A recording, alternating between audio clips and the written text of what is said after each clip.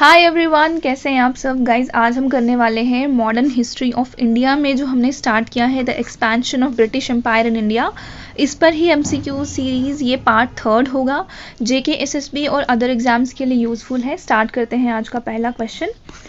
पहला क्वेश्चन जो हमारे पास है वो है, with reference to the colonial rule of India which one of the following was not the feature of subsidiary alliance system. पहला ऑप्शन पढ़ा था सब्सिडरी अलायंस सिस्टम गाइज, 1798 में आया था। और कौन लेकर आया था इसको? लॉर्ड वेल्सले लेकर आया था। ठीक है, ये आपको याद रखना है। ये रिपीटेडली मैं आपको इसलिए बताती हूँ सो दैट आपको ये लर्न हो जाए। सब्सिडरी अलायंस सिस्टम में क्या था, जो ब्रिटिश आर्मी है इंडियन स्टेट्स में वो रखनी है। ठीक है, जो भी इस संधि को साइन करेगा, जो भी इस अलायंस सिस्टम को साइन करेगा, उस रूलर को अपने किंगडम में ब्रिटिश आर्मी को रखना है। और जो भी खर्चा होगा उस आर्मी का वो रूलर ही उसको देगा। जो भी खाना है, जो भी वेपन्स हैं, जो भी उनका खर्चा होगा, एक्सपेंडिचर होगा, वो रूलर प्रोवाइड करेगा। थर्ड इसमें था कि एक ब्रिटिश रेजिडेंट भी इंडियन स्टेट की कैपिटल में वहाँ रहेगा। तो ये कुछ फीचर्स थे, देख लेते हैं। अब a subsidiary British army was to be maintained in the Indian state, बिल्कुल सही। The determination of expenses incurred on the subsidiary British army was a duty of Indian state। जी हाँ, एक्सपेंडिचर पूरा जो है वो ब्रिटिश आर्मी का वो वही देखेंगे, इंडियन स्टेट का रूलर देखेगा। और इंडियन स्टेट में एक ब्रिटिश रेजिडेंट को भी रखना है अपनी कैपिटल में, तो ये वाला स्टेटमेंट भी बिल्कुल सही है। Indian soldiers could be use by the company commanders. देखिए ये बिल्कुल गलत है, ऐसा नहीं है कि इस सब्सिडरी अलायंस सिस्टम में जो आर्मी का यूज हो रहा है वो ब्रिटिश आर्मी का हो रहा है, उसमें कोई भी इंडियन नहीं होगा। सो डी जो है यहाँ पर बिल्कुल सही आंसर हो जाता है पहले क्वेश्चन का। नेक्स्ट जो हमारे पास क्वेश्चन है वो है, कौन फ्रेंच गवर्नर था पौंडीचेरी का who try to make French company as a powerful company. French governor, बहुत ही नाम है इनका, तो वो कौन था? कॉम्ते डे लेली, गोदेह्यू, फिर ला बॉर्डोनोस या फिर ड्यूप्लेक्स। सो इसका जो सही आंसर है वो है ड्यूप्लेक्स। आपने बहुत नाम सुना होगा ड्यूप्लेक्स का, काफ़ी ज़्यादा फ्रेंच कंपनी को यहाँ पर पावरफुल किया था इन्होंने। सो डी जो है इस क्वेश्चन का बिल्कुल सही आंसर होगा। फ्रेंच कॉलोनीज कौन कौन सी भारत में थी? वो थी पुडुचेरी, ये आपको याद रखना है, माहे, यनम, चंद्रनगर और कराईकल। ठीक है, तो ये भी आपको याद रखनी है। ये कुछ थी फ्रेंच कॉलोनीज इंडिया में। So D will be the correct answer. So जो थर्ड क्वेश्चन आज का हमारे पास है वो मैच द फॉलोइंग है। यहाँ पे आपको सिस्टम्स दिए हुए हैं और आपने इनको मैच करना है। ठीक है, तो सबसे पहले हमने ये जो 3 सिस्टम है हम रिपीटेडली इनको पढ़ चुके हैं, तो यहीं से स्टार्ट करेंगे। जमींदारी सिस्टम, जिसको परमानेंट सेटलमेंट ऑफ बंगाल भी कहा जाता है, लॉर्ड कॉर्नवालिस लेके आया था जॉन शूर की रिकमेंडेशन पर।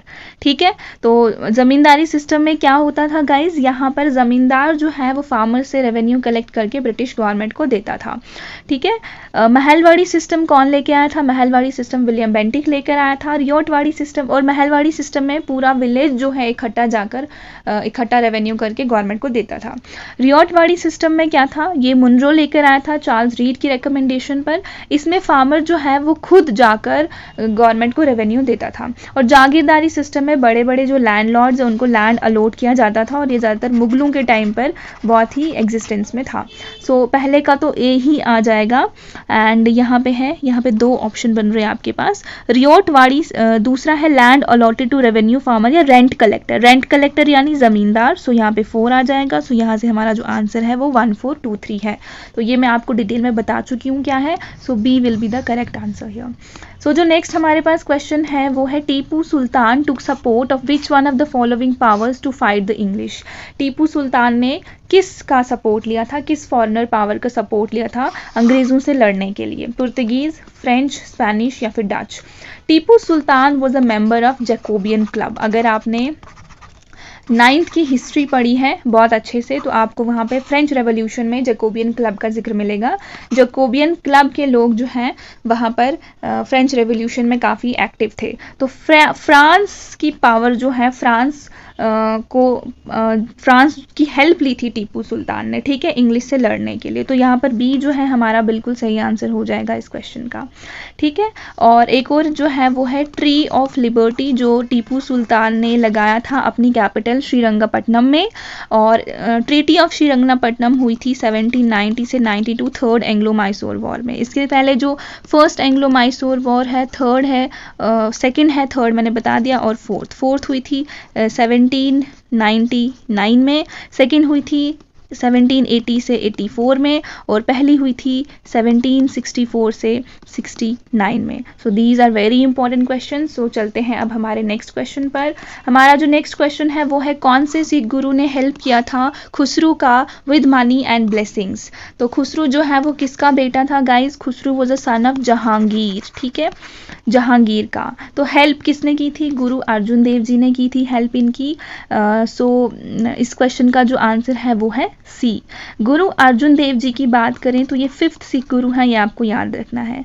इसके बाद अगर हम बात करें, गुरु अर्जुन देव जी को फिर जहांगीर ने एग्जीक्यूट कर दिया था। हरगोविंद जी की बात करें तो ये 6ठे सिख गुरु हैं। गोविंद जी की बात करें तो ये 10th सिख गुरु हैं। और तेग बहादुर की बात करें, ये 9th सिख गुरु हैं। चांदनी चौक में एक शीशगंज गुरुद्वारा है इनका ही है, क्योंकि इनको औरंगजेब ने एग्जीक्यूट कर दिया था। So C will be the correct answer here. So next जो हमारे पास क्वेश्चन है वो है, first decisive military success of English East India company in India.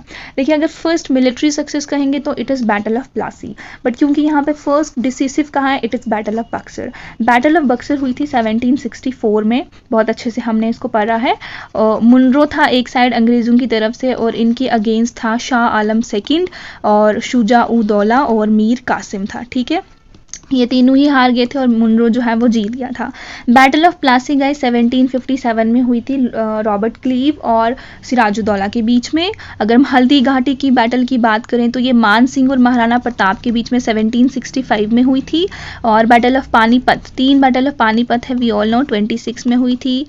और ये हो गई हमारी सारी बैटल ऑफ पानीपत तीनों, ठीक है, बाबर, अकबर और Ahmad Shah Abdali. So A will be the correct answer of this question. Next जो हमारे पास क्वेश्चन है वो है, कौन सा गवर्नर जनरल था during the second Anglo Mysore war. तो कौन सा था गाइज? इसका आंसर जो है वो है Warren Hastings. Second Anglo Mysore war में था वैरन हेस्टिंग, ये आपको याद रखना है। फोर्थ एंग्लो मैसूर वॉर में था लॉर्ड वेल्सले, और ये जो लॉर्ड कॉर्नवालिस है ये थर्ड एंग्लो मैसूर वॉर में था। जॉन शोर की बात करें तो जो हमने परमानेंट सेटलमेंट ऑफ बंगाल देखा, उसकी रिकमेंडेशन जो है जॉन शोर ने ही दी थी, और रिकमेंडेशन को इम्प्लीमेंट किया था लॉर्ड कॉर्नवालिस ने, ठीक है।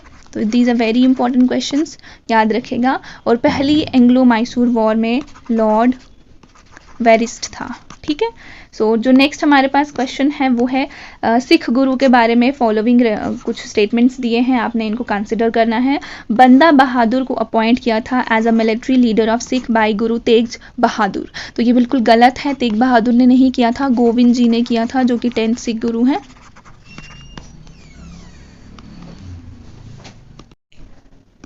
इसके बाद जो सेकंड स्टेटमेंट है वो है, गुरु अर्जुन देव बिकेम सिख गुरु आफ्टर गुरु रामदास, ये बिल्कुल सही है। गुरु रामदास 4th सिख गुरु थे और अर्जुन देव जी 5वें। एंड थर्ड है, गुरु अंगद देव जी ने अपनी स्क्रिप्ट लिखी थी गुरमुखी, तो ये बिल्कुल सही है। तो 2 and 3 will be the correct answer, so B will be the correct answer of this question. So next हमारे पास क्वेश्चन है, पहली Indian native ruler to accept the system of subsidiary alliance. Subsidiary alliance हम पढ़ चुके हैं, कब आया था ये? 1798 में लॉर्ड वेल्सले लेकर आया था। पहला ही क्वेश्चन सब्सिडरी अलायंस में था, और ये था निजाम ऑफ हैदराबाद जिन्होंने सबसे पहले साइन किया था सब्सिडरी अलायंस को। तो ये हो गया हमारा B will be the correct answer. So जो नेक्स्ट हमारे पास क्वेश्चन है वो है, इंग्लिश ने अपनी पहली फैक्ट्री कहाँ पर सेटअप की थी? बॉम्बे, सूरत, सुल्तानती, मद्रास। तो ये सूरत में थी इंग्लिश की पहली फैक्ट्री। इसके बाद साउथ इंडिया में बात करें तो इट इज़ मसूलीपट्टनम।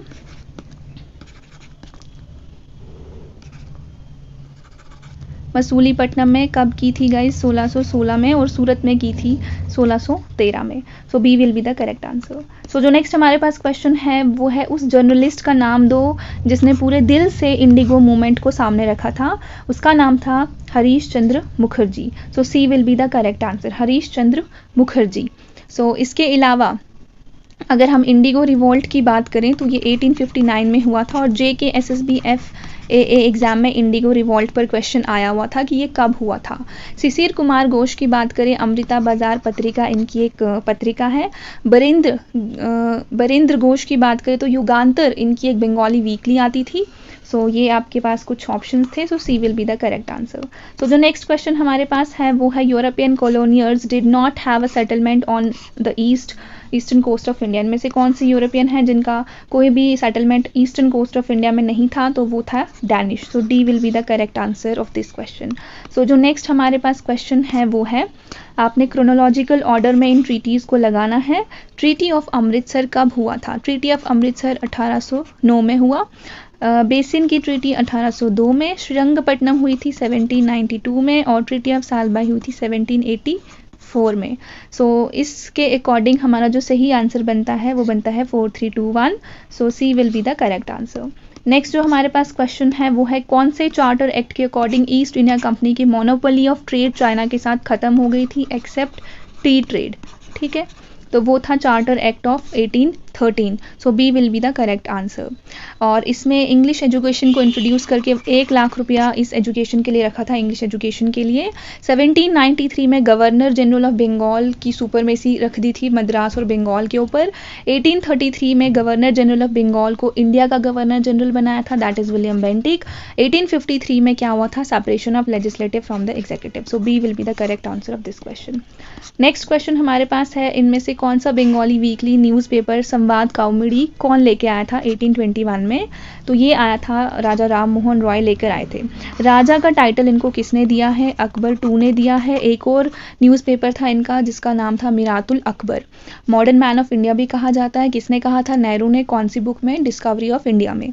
औरबिंदो घोष की बात करें तो life divine essays on Gita, Savitri a legend and symbol इनकी बुक्स का नाम है। रामकृष्ण परमहंस की बात करें तो ये स्वामी विवेकानंद जी के गुरु हैं, और स्वामी विवेकानंद ने रामकृष्ण मिशन जो है वो चलाया था, और शिकागो में इन्होंने एक स्पीच भी दी थी। देवेंद्रनाथ टैगोर की बात करें, तत्वबोधिनी सभा जो है इन्होंने क्रिएट किया था, और जब ब्रह्मो समाज जो है 2 हिस्सों में डिवाइड हो गया था तो आदि ब्रह्मो समाज को इन्होंने लीड किया था, और केशव चंद्रा सेन ने लीड किया था ब्रह्मो समाज ऑफ इंडिया को lead. So A will be the correct answer of this question. So जो नेक्स्ट हमारे पास क्वेश्चन है वो है, फर्स्ट मैसूर वॉर जो ब्रिटिशर्स और हैदर अली के बीच में हुई थी 67 से 69 में, वो कौन सी ट्रीटी के अकॉर्डिंग खत्म हुई थी? Treaty of Pondicherry, treaty of Madras, treaty of Mysore, treaty of Aix-la-Chapelle. So इसका जो आंसर है वो है ट्रीटी ऑफ मद्रास इसका आंसर है। ठीक है, so B will be the correct answer of this question. Pondicherry की बात करें 1754 में हुई थी। इसने सेकंड कर्नाटिक वॉर को एंड किया था जो फ्रांस के साथ चल रहा था। मद्रास हमने देख लिया, हैदर अली और ब्रिटिशर्स के बीच में था। और एक्सला चापले की बात करें तो ब्रिटेन और फ्रांस जो है ब्रिटेन और फ्रांस के बीच में जो ऑस्ट्रेलियन वॉर ऑफ सक्सेशन चल रहा था उसको ख़त्म किया था 1748 में ये हुआ था। So B will be the correct answer. So guys ये थे हमारे क्वेश्चंस आज के, बहुत इंपॉर्टेंट हमने डिस्कस किए। डू लाइक द वीडियो, अगर पसंद आता है शेयर करें, सब्सक्राइब करें और कमेंट करें, और क्या रिकमेंडेशंस आपकी हैं। Thank you so much, God bless you.